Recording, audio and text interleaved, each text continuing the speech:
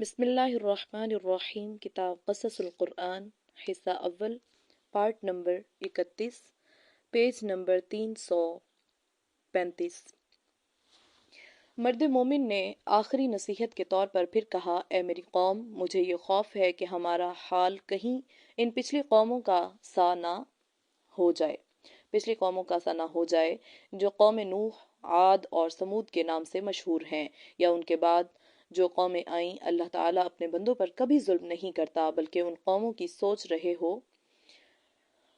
تو تم تو آج دنیا کی وجاہت کے سوچ میں پڑے ہو، اور میں تمہارے لیے اس دن سے ڈرتا ہوں جب قیامت کا دن ہوگا اور سب ایک دوسرے کو پکاریں گے، مگر اس وقت تمہیں کوئی خدا کے عذاب سے بچانے والا نہ ہوگا۔ اے قوم کے سردارو، تمہارا حال تو یہ ہے کہ اس سرزمین میں جب حضرت یوسف نے خدا کا پیغام سنایا تھا، تب بھی تم یعنی تمہارے باپ دادا اسی شک و تردد میں پڑے رہے اور نہ ان پر ایمان لائے، اور جب ان کی وفات ہو گئی تو کہنے لگے کہ اب خدا اپنا کوئی رسول نہیں بھیجے گا۔ اب یہی معاملہ تم موسیٰ کے ساتھ کر رہے ہو۔ خدا را سمجھو اور سیدھی راہ اختیار کرو۔ وقال رجل مؤمن من آل فرعون يكتم إيمانه أتقتلون رجلا أن يقول ربي الله وقد جاءكم بالبينات من ربكم وإن يك كاذبا فعليه كذبه وإن يك صادقا يصبكم بعض الذي يعدكم إن الله لا يهدي من هو مسرف كذاب يا قوم لكم الملك اليوم ظاهرين في الأرض فمن ينصرنا من بأس الله إن جاءنا قال فرعون ما أريكم إلا ما أرى وما أهديكم إلا سبيل الرشاد وقال الذي آمن يا قوم إني أخاف عليكم مثل يوم الأحزاب مثل دأب قوم نوح وعاد وثمود والذين من بعدهم وما الله يريد ظلما للعباد ويا قوم إني أخاف عليكم يوم التناد يوم تولون مدبرين ما لكم من الله من عاصم ومن يضلل الله فما له من هاد ولقد جاءكم يوسف من قبل بالبينات فما زلتم في شك مما جاءكم به حتى إذا هلك قلتم لن يبعث الله من بعده رسولا كذلك يضل الله من هو مسرف مرتاب الذين يجادلون في آيات الله بغير سلطان أتاهم كبر مقتا عند الله وعند الذين آمنوا كذلك يطبع الله على كل قلب متكبر جبار۔ سورہ مومن۔ اور بولا، ایک مرد ایماندار فرعون کے لوگوں میں سے جو چھپاتا تھا اپنا ایمان، کیا مارے ڈالتے ہو ایک مرد کو اس بات پر کہ کہتا ہے میرا رب اللہ ہے، اور لایا ہمارے پاس نشانیاں تمہارے رب کی، اور اگر وہ جھوٹا ہوگا تو اس پر پڑے گا اس کا جھوٹ، اور اگر وہ سچا ہوگا تو تم پر پڑے گا کوئی نہ کوئی وعدہ جو تم سے کرتا ہے۔ وہ وعدہ جو تم سے کرتا ہے، بے شک اللہ راہ نہیں دیتا جو ہو بے لحاظ جھوٹا۔ اے میری قوم، آج تمہارا راج ہے، غالب ہو رہے ہو ملک میں، پھر کون مدد کرے گا ہماری اللہ کی آفت سے اگر آ گئی ہم پر؟ بولا فرعون، میں تو وہی بات سمجھاتا ہوں تم کو جو سوجھی مجھ کو، اور وہی راہ بتاتا ہوں جس میں بھلائی ہے۔ اور کہا اس ایماندار نے، اے میری قوم، میں ڈرتا ہوں کہ آئے تم پر دن اگلے فرقوں کا سا جیسے حال ہوا قوم نوح کا اور عاد اور سمود کا، اور جو لوگ ان کے پیچھے ہوئے، اور اللہ بے انصافی نہیں چاہتا بندوں پر۔ اور اے میری قوم، میں ڈرتا ہوں کہ تم پر آئے دن چیخ و پکار کا، جس دن بھاگو گے پیٹھ پھیر کر، کوئی نہیں تم کو اللہ سے بچانے والا، اور جس کو غلطی میں ڈالے اللہ تو کوئی نہیں اس کو سمجھانے والا۔ اور تمہارے پاس آ چکا ہے یوسف اس سے پہلے کھلی باتیں لے کر، پھر تم رہے دھوکے ہی میں ان چیزوں سے جو وہ تمہارے پاس لے کر آیا، یہاں تک کہ جب مر گیا لگے کہنے ہرگز نہ بھیجے گا اللہ اس کے بعد کوئی رسول۔ اسی طرح بھٹکاتا ہے اللہ اس کو جو ہو بے باک شک کرنے والا، وہ جو کہ جھگڑتے ہیں اللہ کی باتوں میں بغیر کسی سند کے، جو پہنچی ہو ان کو بڑی بیزاری سے۔ اس جھگڑے سے اللہ کے ہاں اور ایمانداروں کے ہاں اسی طرح مہر لگا دیتا ہے اللہ ہر دل پر غرور والے سرکش کے۔ وقال الذي آمن يا قوم اتبعوني أهدكم سبيل الرشاد يا قوم إنما هذه الحياة الدنيا متاع وإن الآخرة هي دار القرار من عمل سيئة فلا يجزى إلا مثلها ومن عمل صالحا من ذكر أو أنثى وهو مؤمن فأولئك يدخلون الجنة يرزقون فيها بغير حساب۔ وَيَا قَوْمِ مَا لِي أَدْعُوكُمْ إِلَى النَّجَاةِ وَتَدْعُونَنِي إِلَى النَّارِ تدعونني لأكفر بالله وأشرك به ما ليس لي به علم وأنا أدعوكم إلى العزيز الغفار لا جرم أن ما تدعونني إليه ليس له دعوة في الدنيا ولا في الآخرة وأن مردنا إلى الله وأن المسرفين هم أصحاب النار فستذكرون ما أقول لكم وأفوض أمري إلى الله إن الله بصير بالعباد. مومن اور کہا اس ایماندار نے اے قوم راہ چلو میری پہنچا دوں تم کو نیکی کی راہ پر اے میری قوم یہ جو زندگی ہے دنیا کی سو کچھ فائدہ اٹھا لینا ہے اور وہ گھر جو پچھلا ہے وہی ہے جم کر رہنے کا گھر جس نے کی ہے برائی تو وہی بلا پائے گا اس کی برابر اور جس نے کی ہے بھلائی مرد ہو یا عورت اور وہ یقین رکھتا ہو سو وہ لوگ جائیں گے بہشت میں روزی پائیں گے وہاں بے شمار اور اے قوم مجھ کو کیا ہوا ہے بلاتا ہوں تم کو نجات کی طرف اور تم بلاتے ہو مجھ کو آگ کی طرف تم چاہتے ہو مجھ کو کہ منکر ہو جاؤں اللہ سے اور شریک ٹھہراؤں اس کو جس کی مجھ کو خبر نہیں اور میں بلاتا ہوں تم کو اس زبردست گناہ بخشنے والے کی طرف آپ ہی ظاہر ہے کہ جس کی طرف تم مجھ کو بلاتے ہو اس کا بلاوا کہیں نہیں دنیا میں اور نہ آخرت میں اور یہ کہ ہم کو پھر جانا ہے اللہ کے پاس اور یہ کہ زیادتی والے وہی ہیں جو دوزخ کے لوگ سو آگے یاد کرو گے جو میں کہتا ہوں تم کو اور میں سونپتا ہوں اپنا معاملہ اللہ کو بے شک اللہ کی نگاہ میں ہیں سب بندے جب فرعون اور اس کے سرداروں نے اس مرد مومن کی یہ باتیں سنی تو ان کا رخ موسیٰ علیہ السلام سے ہٹ کر اس کی طرف ہو گیا اور فرعونیوں نے چاہا کہ پہلے اس ہی کی خبر لیں اور اس کو قتل کر دیں مگر اللہ تعالی نے اس ناپاک ارادہ میں ان کو کامیاب نہ ہونے دیا فوقاه الله سيئات ما مكروا وحاق بآل فرعون سوء العذاب النار يعرضون عليها غدوا وعشيا ويوم تقوم الساعة ادخلوا آل فرعون اشد العذاب سورہ مومن سو اللہ تعالی نے اس کو ان کی تدبیروں کے شر سے بچا لیا اور فرعون کے لوگوں کو برے عذاب نے آ لیا نار جہنم ہے جس پر وہ صبح شام پیش کیے جاتے ہیں اور جس دن قیامت آ جائے گی تو کہا جائے گا فرعونیوں کو سخت عذاب میں داخل کرو تورات میں اگرچہ گزشتہ واقعات کا اکثر حصہ مذکور ہے مگر دو باتوں کا تذکرہ نہیں کیا گیا ایک فرعون کے اس دوسرے حکم کا ذکر نہیں ہے کہ بنی اسرائیل کی اولاد نرینہ کو قتل کیا جائے اور دوسرے اس واقعہ کا کہ فرعون کی قوم میں سے بھی بعض آدمی ایمان لائے تھے اور ان میں سے ایک مرد مومن نے فرعون اور اپنی قوم کو حضرت موسیٰ کے قتل سے باز رکھنے کی کوشش کی ان کو دین کی تبلیغ کی سچائی کو قبول کر لینے کی دعوت دی بظاہر اس دوسرے واقعہ کے ترک کر دینے کی وجہ یہ ہو سکتی ہے کہ بنی اسرائیل کو فرعون اور فرعونیوں کے مقام کی وجہ سے انتہائی رنج و غصہ تھا اور اس نے بغض و کینہ کی شکل اختیار کر لی تھی لہٰذا اس نے اجازت نہ دی کہ اس قوم کے کسی فرد کے لیے بھی یہ ثابت کریں کہ اس میں سعادت اور حمایت کی روح موجود تھی فرعون کا دعویٰ ربوبیت و الوہیت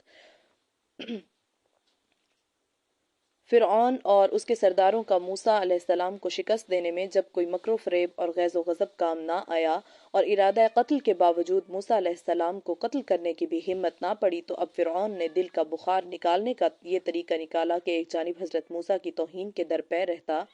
اور دوسری جانب یہ اعلان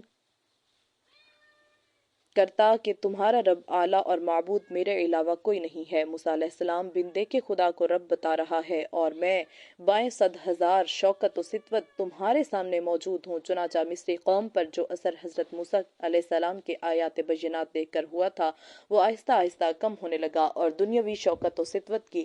مرعوبیت اور عزت جاہ کی حرص میں دب کر رہ گیا اور اس طرح وہ سب حضرت موسیٰ علیہ السلام اور بنی اسرائیل کی مخالفت میں پھر فرعون کے ہم نوا ہو گئے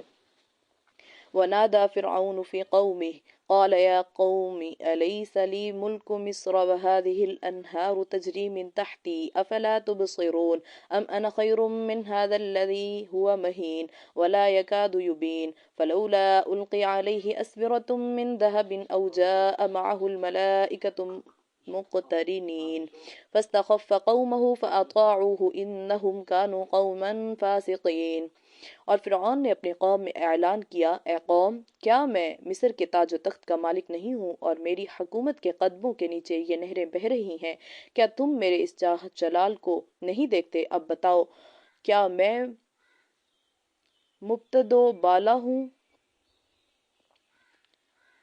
کیا میں بلند و بالا ہوں، یا یہ جس کو نہ عزت نصیب اور جو بات بھی صاف نہ کر سکتا ہو؟ اگر یہ اپنے خدا کے ہاں عزت والا ہے تو کیوں اس پر آسمان سے سونے کے کنگر نہیں گرتے، یا فرشتے ہی اس کے سامنے پرے باندھ کر کھڑے نہیں ہوتے؟ بس عقل کھو دی فرعون نے اپنی قوم کی، سو انہوں نے اسی کی اطاعت کی اور تھے وہ نافرمان بندے۔ فرعون نے اس جگہ بلند و بالا ہونے کا معیار دو باتوں پر رکھا، اور عام طور پر دنیا کو مقصد زندگی سمجھنے والوں کی یہی شان رہی ہے۔ ایک دولت و ثروت، دوسرے دنیاوی جاہو چشم، اور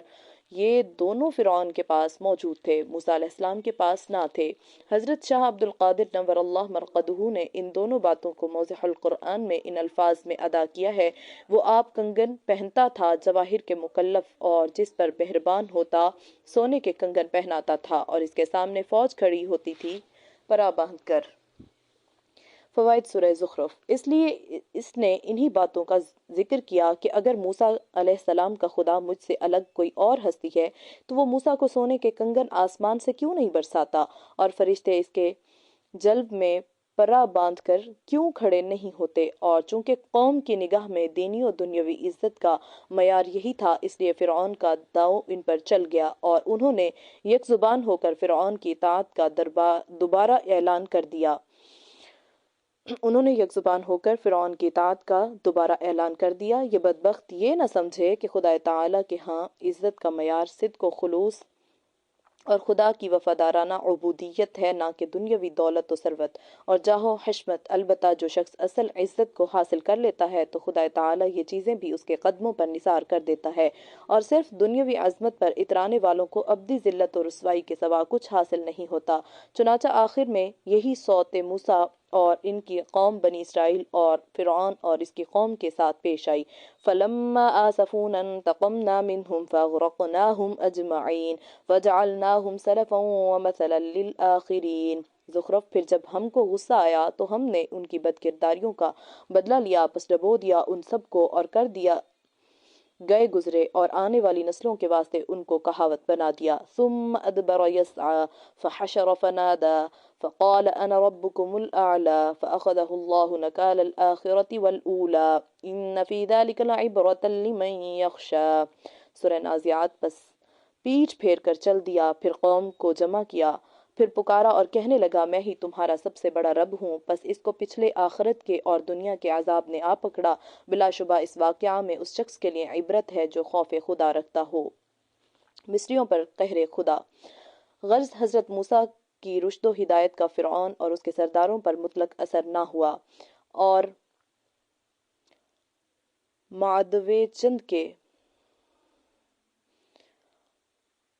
معدوے مطلب گنتی کے چند کے سوا عام مصریوں نے بھی انہی کی پیروی کی، اور صرف یہی نہیں بلکہ فرعون کے حکم سے بنی اسرائیل کی نرینہ اولاد قتل کی جانے لگی، موسیٰ کی توہین و تذلیل ہونے لگی، اور فرعون نے اپنی ربوبیت اور معبودیت کی زور و شور سے تبلیغ شروع کر دی۔ تب حضرت موسیٰ پر وحی آئی کہ فرعون کو مطلع کر دو کہ اگر تمہارا یہی طور طریق رہا تو ان قریب تم پر خدا کا عذاب نازل ہونے والا ہے۔ چنانچہ جب انہوں نے اس پر بھی دھیان نہ دیا تو اب یکے بعد دیگرے عذاب الہی آنے لگے۔ یہ دیکھ کر فرعون اور اس کی قوم نے اب یہ وطیرہ اختیار کیا کہ جب عذاب الہی کسی ایک شکل میں ظاہر ہوتا تو فرعون اور قوم فرعون حضرت موسیٰ سے وعدہ کرنے لگتی کہ اچھا ہم ایمان لے آئیں گے، تو اپنے خدا سے دعا کر کہ یہ عذاب جاتا رہے، اور جب وہ عذاب جاتا رہتا تو پھر سرکشی اور نافرمانی پر اتر آتے۔ پھر عذاب جب دوسری شکل میں آتا تو کہتے کہ اچھا ہم بنی اسرائیل کو آزاد کر کے تیرے ساتھ روانہ کر دیں گے، دعا کر کے یہ عذاب دفع ہو جائے، اور جب حضرت موسیٰ کی دعا سے ان کو پھر مہلت مل جاتی اور عذاب دفع ہو جاتا تو پھر اسی طرح مخالفت پر کمر بستہ ہو جاتے۔ اس طرح خدا کی جانب سے مختلف قسم کے نشانات ظاہر ہوئے، اور فرعون اور قوم فرعون کو بار بار مہلت عطا ہوتی رہی،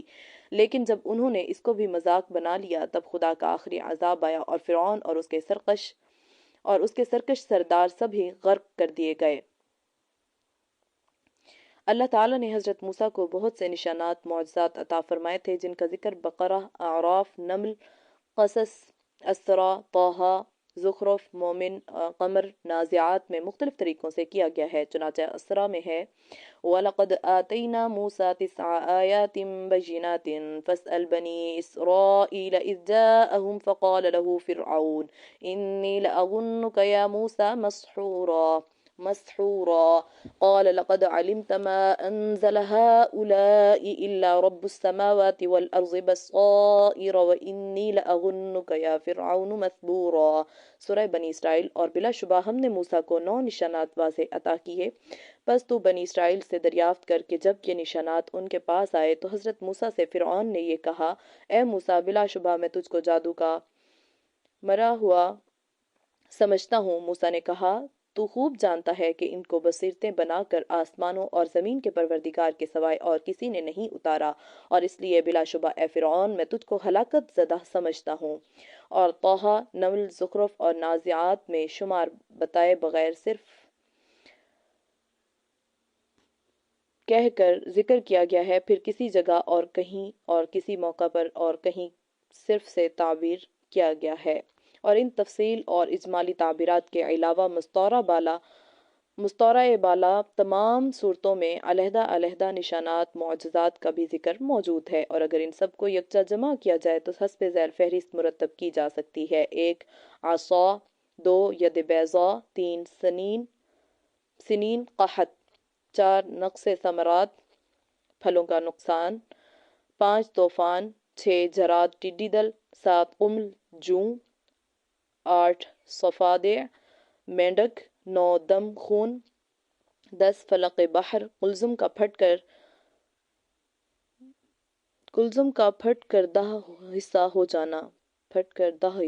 یہ کیا ہے؟ 11 منو سلوا حلوہ و بٹیر، 12 غمام بادلوں کا سایہ، 13 انفجار عیون پتھر سے چشموں کا بہہ پڑنا، 4 نطق جبل پہاڑ کا اکھڑ کر سروں پر آ جانا، 15 نزول تورات۔ بس مستورہ بالا مختلف تعبیرات و تفصیلات کی بنا پر مفسرین کو حیرانی ہے۔ مفسرین کہتے ہیں کہ جو اور مینڈک کے عذاب کی صورت یہ تھی کہ برتن، کھانے پینے اور رہنے سہنے کی کوئی شے اور کوئی جگہ ایسی نہ تھی جس کو انہوں نے فاسد اور خراب نہ کر دیا ہو اور زندگی تلخ نہ کر دی ہو، اور خون کے عذاب کی شکل یہ تھی کہ قلزم اور کنووں کا تمام پانی خون آلود ہو گیا تھا جس کو کسی حالت میں پیا نہ جا سکتا تھا۔ بس مستورہ بالا مختلف تعبیرات و تفصیلات کی بنا پر مفسرین کو حیرانی ہے کہ کون سا طریقہ اختیار کیا جائے جس سے یہاں پہ لفظ مٹا ہوا ہے، اتنے دھیمے لفظ ہیں، جس سے اب ڈیش پتہ نہیں کیا لکھا ہوا ہے، کی تعیین بھی ہو جائے اور باقی آیات اللہ کی تفصیل بھی صحیح اسلوب پر باقی رہ جائے۔ چنانچہ قاضی بیضاوی اور بعض دوسرے مفسرین نے یہ تشریح فرمائی کہ سورہ اسراء میں جن کا تذکرہ ہے ان سے وہ نشان معجزات مراد نہیں ہیں جو فرعون اور قوم فرعون کے مقابلے میں بطور سرزنش عذاب اور عبرت کے لیے بھیجے گئے، بلکہ اس سے وہ احکام مراد ہیں جو بنی اسرائیل کو کلزم عبور کر لینے کے بعد دیے گئے تھے۔ اور اپنی اس تشریح کی تائید میں حضرت صفوان بن عسال کی حدیث کا کہ جس کا مفہوم یہ ہے کہ ایک مرتبہ 2 یہودیوں نے آپس میں مشورہ کیا نبی صلی اللہ علیہ وسلم کے دعوی نبوت کا امتحان لیا جائے، اور مشورہ کے بعد آپ صلی اللہ علیہ وسلم سے دریافت کیا کہ اللہ تعالیٰ نے موسیٰ علیہ السلام کو جو معجزات دیے تھے ان کی تشریح۔ آپ صلی اللہ علیہ وسلم نے ارشاد فرمایا کہ وہ احکام یہ ہیں: شرک نہ کرنا، زنا نہ کرنا، ناحق کسی کو قتل نہ کرنا، اب یہ پتہ نہیں یہاں پہ معجزات کا لفظ تھا یا پھر احکامات کا ہے، مجھے نہیں پتا، زنا نہ کرنا، ناحق کسی کو قتل نہ کرنا، چوری نہ کرنا، جادو نہ کرنا، حکام رسی کے ذریعے سے جرم سے پاک انسان کو قتل نہ کرانا، سود نہ کھانا، پاک دامن کو تہمت نہ لگانا، میدان جنگ سے نہ بھاگنا، شعبہ کو شک ہو گیا کہ نامہ حکم یہی فرمایا یا کوئی اور اے یہود تمہارے لیے خصوصیت کے ساتھ یہ کہ سب کے خلاف ورزی نہ کرنا۔ ترمذی کتاب التفسیر جلد 2 صفحہ 159۔ مگر ان مفسرین کی یہ تشریح اس لیے صحیح نہیں کہ اسراء میں 9 آیات کے ذکر کے ساتھ فرعون اور حضرت موسیٰ کا مقابلہ بھی درج ہے۔ فرعون ان آیات کو دیکھ کر کہتا ہے کہ اے موسیٰ، یہ سب جادو کا دھندا ہے، اور حضرت موسیٰ فرماتے ہیں اے فرعون، یہ اللہ کے نشانات ہیں اور تو انکار کر کے ہلاکت میں پڑ رہا ہے۔ بس اس جگہ احکام مراد لینا کیسے صحیح ہو سکتا ہے، کیونکہ ان کا نزول خود ان مفسرین کے نزدیک بھی غرق فرعون کے بعد ہوا ہے۔ چنانچہ یہی اشکال ترمذی کی حدیث پر بھی وارد ہوتا ہے۔ نیز یہ بات بھی خدشہ سے خالی نہیں کہ قرآن عزیز کی آیات زیر بحث میں تو 9 آیات کا ذکر ہے اور صفوان کی حدیث میں 10 احکام شمار کیے ہیں، تو یہ گنتی کا تعارض ہے، اور پھر احکام عشرہ 9 آیات کی تشریح بتانا کیسے صحیح ہو سکتا ہے؟ ان 2 اہم خدشات کے علاوہ اس قول اور حدیث صفوان کی تشریح پر جو سخت اشکال لازم آتا ہے وہ یہ ہے کہ سورہ نمل میں 9 آیات کا ذکر کرتے ہوئے ید بیضا کو 9 میں کا 1 بتایا گیا، اور یہ بھی صراحت کے ساتھ کی گئی ہے کہ آیات نشانات فرعون اور قوم فرعون کے عبرت و بصیرت کے لیے بھیجے گئے تھے۔ وَادْخِلْ يَدَكَ فِي جَيْبِكَ تَخْرُجْ بَيْضَاءَ مِنْ غَيْرِ سُوءٍ فِي 9 آیَاتٍ إِلَى فِرْعَوْنَ وَقَوْمِهِ إِنَّهُمْ كَانُوا قَوْمًا فَاسِقِينَ۔ سورہ نمل۔ اور داخل کر تو اپنے ہاتھ کو اپنے گریبان میں، وہ نکلے گا روشن بغیر کسی مرض کے۔ یہ ان 9 آیات میں سے ہے جو فرعون اور اس کی قوم کے لیے بھیجی گئیں، بلا شبہ تھے وہ نافرمان گروہ۔ بس قرآن عزیز کی اس صراحت کے بعد نہ حدیث نکارت سے خالی رہتی ہے اور نہ مفسرین کا یہ قول صحیح ہو سکتا ہے۔ اس لیے حافظ حدیث ابن کثیر نے اس حدیث کے متعلق یہ فرمایا ہے فَهَذَا الْحَدِيثُ رَوَاهُ هَكَذَا التِّرْمِذِي وَالنَّسَائِي وَابْنُ ماجہ وابن جریر فی تفسیرہ من ترکی عن شعبہ بن حجاج به وقال الترمذی حسن صحیح وهو حدیث مشکل وعبد الله بن سلمة في حفظه شيء وقد تكلموا فيه ولعله اشتبه عليه 9 الآيات بالعشر الكلمات وصايا في التوراة لا تعلق لها لقيام الحجة على فرعون والله أعلم ولهذا قال موسى لفرعون لقد علمت ما أنزل هؤلاء إلا رب السماوات والأرض بصائر أي حجة وأدلة على صدق ما جئناك طه وإني لأظنك يا فرعون مثبورا۔ تفسیر ابن کثیر جلد 6 صفحہ 112۔ پس اس حدیث کو ترمذی، نسائی، ابن ماجہ نے اور ابن جریر نے اپنی تفسیر میں مختلف طریقوں سے شعبہ بن حجاج سے روایت کیا ہے، اور ترمذی نے کہا ہے کہ یہ حسن صحیح ہے، مگر اس حدیث میں اشکال ہیں اور عبداللہ بن سلمہ راوی کے حفظ میں خرابی ہے، اور محدثین نے اس کے بارے میں کلام کیا ہے، اور شاید اس کو اشتباہ ہو گیا کہ اس نے نبی صلی اللہ علیہ وسلم کے فرمودہ 10 احکام کو 9 آیات سمجھ کر ایک دوسرے کے ساتھ جوڑ دیا، حالانکہ وہ 10 نصیحتیں ہیں جو تورات میں بیان کی گئی ہیں۔ ان کا فرعون پر قیام حجت و دلیل سے کوئی تعلق نہیں، واللہ اعلم، اور 9 آیات میں قیام حجت مقصود ہے۔ اسی لیے حضرت موسیٰ نے فرعون سے یہ فرمایا تو خوب جانتا ہے کہ ان آیات معجزات کو آسمانوں اور زمین کے پروردگار نے نہیں اتارا مگر عبرت و بصیرت کے لیے، یعنی جو حق کا پیغام لے کر آیا ہوں اس کی تصدیق کے لیے حجت و دلیل بنا کر بھیجا ہے، اور میں بلا شبہ اے فرعون تجھ کو ہلاکت زدہ سمجھتا ہوں۔ بہرحال یہ تشریح قطعاً مخدوش و مجروح ہے، اور بعض مفسرین نے اس کے خلاف 9 آیات کی تعیین میں انہی آیات معجزات کو شمار کرایا ہے جو عبرت و بصیرت اور مخالفین کے مقابلہ میں حضرت موسیٰ علیہ السلام کی صداقت کے لیے عطا کیے گئے تھے، لیکن یہ اقوال بھی مختلف ہیں اور ان میں کافی انتشار موجود ہے، اس لیے کہ ان میں قبل عبور اور بعد عبور نشانات کو خلط کر دیا گیا ہے۔ البتہ ان سب اقوال میں قابل ترجیح حضرت عبداللہ ابن عباس کا یہ قول ہے کہ 9 آیات سے مراد حسب ذیل آیات مراد ہیں: عصا، 2 ید بیضا، 3 سنین، 4 نقص ثمرات، 5 طوفان، 6 جراد، 7 قمل، 8 ضفادع، 9 دم۔ اور حضرت ابن عباس کے علاوہ مجاہد، اکرمہ، شعبی اور قتادہ بھی اس کی تائید کرتے ہیں۔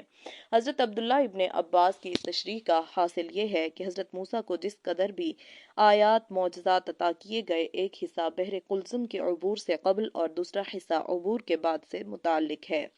اور پہلے حصہ کا تعلق ان تمام واقعات سے ہے جو حضرت موسیٰ اور فرعون کے درمیان پیش آئے اور معرکہ حق و باطل کا باعث بنے، اور یہ 9 ہیں۔ ان میں سے عصا اور ید بیضا آیات کبریٰ ہیں۔ فَأَرَاهُ الْآيَةَ الْكُبْرَىٰ، سورہ نازعات، پس دکھایا اس فرعون کو ایک بڑا نشان یعنی عصا کا نشان۔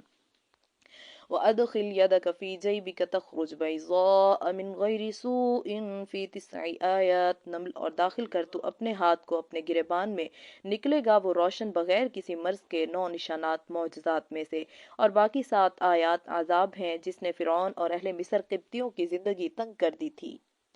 وَلَقَدْ أَخَذْنَا آلَ فِرْعَوْنَ بِالسِّنِينَ وَنَقْصٍ مِّنَ الثَّمَرَاتِ لَعَلَّهُمْ يَذَّكَّرُونَ فَإِذَا جَاءَتْهُمُ الْحَسَنَةُ قَالُوا لَنَا هَٰذِهِ وَإِن تُصِبْهُمْ سَيِّئَةٌ يَطَّيَّرُوا بِمُوسَىٰ وَمَن مَّعَهُ أَلَا إِنَّمَا طَائِرُهُمْ عِندَ اللَّهِ وَلَٰكِنَّ أَكْثَرَهُمْ لَا يَعْلَمُونَ وَقَالُوا مَهْمَا تَأْتِنَا بِهِ مِنْ آيَةٍ لِتَسْحَرَنَا بِهَا فَمَا نَحْنُ لَكَ بِمُؤْمِنِينَ فَأَرْسَلْنَا عَلَيْهِمُ الطُّوفَانَ وَالْجَرَادَ وَالْقُمَّلَ وَالضَّفَادِعَ وَالدَّمَ آيَاتٍ مُفَصَّلَاتٍ، سورہ اعراف۔ اور ہم نے پکڑ لیا فرعون والوں کو قحطوں میں اور میووں کے نقصان میں تاکہ وہ نصیحت مانے، پھر جب پہنچی ان کو بھلائی کہنے لگے یہ ہے ہمارے لائق، اور اگر پہنچتی برائی تو نحوست بتلاتے موسیٰ علیہ السلام کی اور اس کے ساتھ والوں کی، سن لو ان کی شومی تو اللہ کے پاس ہے پر اکثر لوگ نہیں جانتے، اور کہنے لگے جو کچھ تو لائے گا ہمارے پاس نشانی کے ہم پر اس کی وجہ سے جادو کرے، سو ہم ہرگز ایمان تجھ پر نہ لائیں گے۔ پھر ہم نے بھیجا ان پر طوفان اور ٹڈی اور چیچڑی اور مینڈک اور خون، بہت سی نشانیاں جدا جدا دیں۔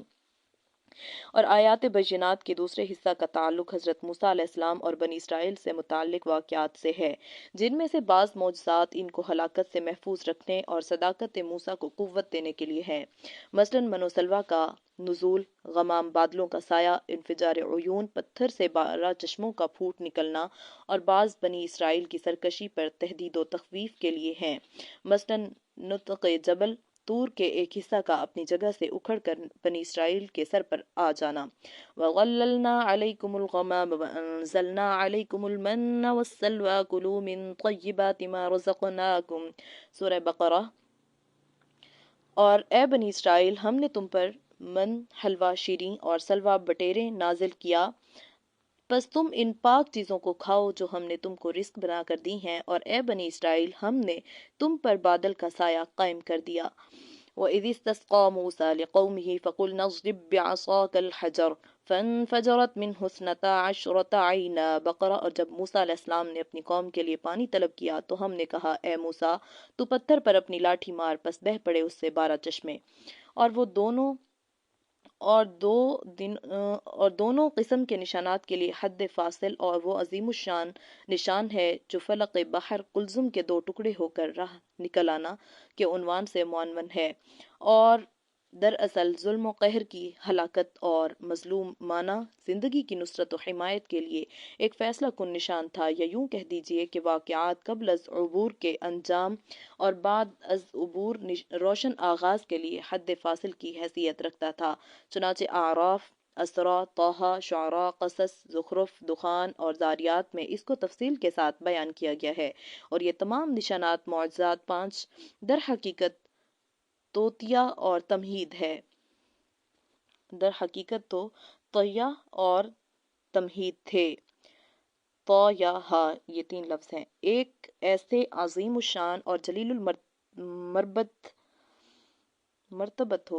المرتبت نشان کے جو اس پوری تاریخ کا حقیقی مقصد اور بنیاد و اساس تھا، اور وہ نزول تورات کا نشان اعظم ہے۔ اِنَّا أَنزَلْنَا التَّوْرَاةَ فِيهَا هُدًى وَنُورٌ، ہم نے اتاری تورات جس میں ہدایت اور نور کا ذخیرہ ہے۔ الحاصل حضرت عبداللہ ابن عباس کا یہ اثر زیر بحث مسئلہ کے لیے قول فیصل ہے، اسی لیے حافظ عماد الدین ابن کثیر نے اس کے متعلق یہ ارشاد فرمایا ہے وَهَذَا الْقَوْلُ ظَاهِرٌ حَلِيٌّ قَوِيٌّ۔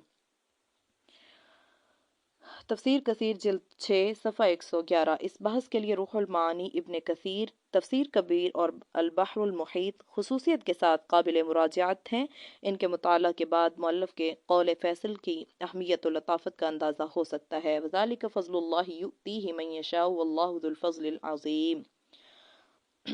بہرحال فرعون اور اس کی پہم اور مسلسل سرکشی، ظلم، حق کے ساتھ استہزاء اور نافرمانی کے باعث خدا تعالیٰ کی جانب سے مصریوں پر مختلف ہلاکتیں اور عذاب آتے رہے، اور وقفہ کے ساتھ ان نشانات کا ظہور ہوتا رہا۔ جب ایک عذاب آتا تو سب واویلا کرنے لگتے اور حضرت موسیٰ سے کہتے کہ اگر اس مرتبہ